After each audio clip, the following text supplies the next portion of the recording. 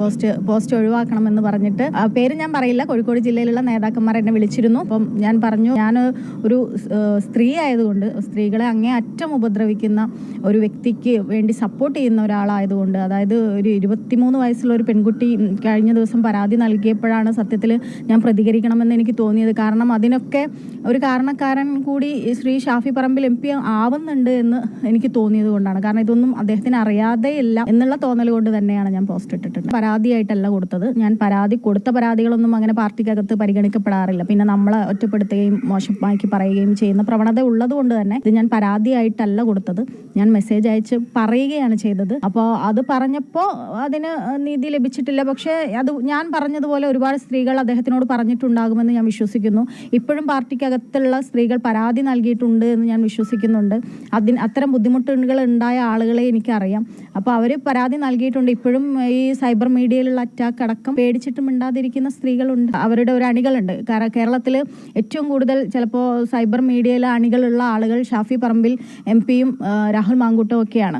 അപ്പോൾ അങ്ങനെയുള്ള ഒരു ഇടത്ത് വന്നിട്ട് ഷാഫി പറമ്പിലിനോട് പറയാത്തൊരു കള്ളം വന്ന് പറയുന്ന ഗതികേടോ അല്ലെങ്കിൽ ബുദ്ധിയില്ലായ്മയോ എനിക്കില്ല. അപ്പം നിങ്ങൾ ചോദിക്കുക, ഷാഫി പറമ്പിൽ MP-യോട് ചോദിക്കുക, അദ്ദേഹം നിരാകരിക്കട്ടെ. നിരാകരിക്കുന്ന സമയത്തല്ലേ എനിക്ക് കൂടുതൽ തെളിവുമായിട്ട് വരാൻ പറ്റുകയുള്ളൂ. ചിലപ്പോൾ അദ്ദേഹം ഞാൻ നൽകിയ മെസ്സേജിന് വലിയ പ്രാധാന്യമൊന്നും കൊടുത്തു കാണില്ല. പക്ഷെ ഞാൻ അതന്നും പറഞ്ഞിട്ടുണ്ട്. ഇപ്പം ഈ പ്രശ്നം ഉണ്ടായപ്പോൾ ഞാൻ തിരിച്ച് ചോദിച്ചപ്പം അതിനൊരു സങ്കട സ്മൈലി ഇടുകയും എനിക്ക് ചെയ്തിട്ടുണ്ട്. ഇപ്പം ഇന്നലെ പറഞ്ഞു, അതായത് കുറെ അധികം പെൺകുട്ടികൾ യൂത്ത് കോൺഗ്രസിൽ സമാനമായിട്ട് രാഹുലിന്റെ ഭാഗത്ത് നിന്ന് ഈ മോശം മെസ്സേജുകളോ അല്ലെങ്കിൽ മോശം അനുഭവങ്ങൾ ഉണ്ടായിട്ടുണ്ട് എന്നുള്ളത്.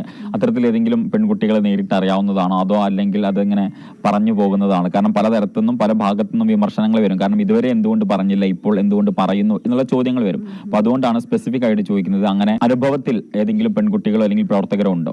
എന്നോട് തുറന്നു പറഞ്ഞ പെൺകുട്ടികളുണ്ട്. അദ്ദേഹം ഇങ്ങനെ മെസ്സേജ് അയച്ചു എന്ന് പറഞ്ഞ പെൺകുട്ടികൾ എന്നോട് തുറന്നു പറഞ്ഞ പെൺകുട്ടികളുണ്ട്.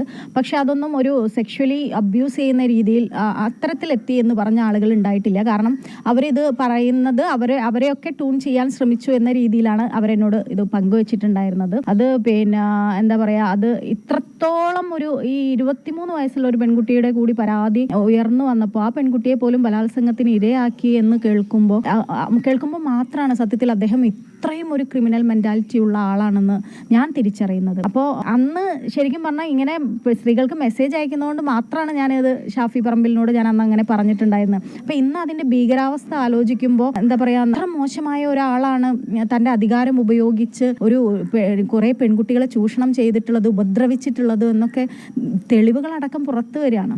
അപ്പോൾ അത് ഉറപ്പായിട്ടും എന്താ പറയാ, പ്രതികരിക്കേണ്ടതുണ്ട് എന്ന് തോന്നിയിട്ടുണ്ട്.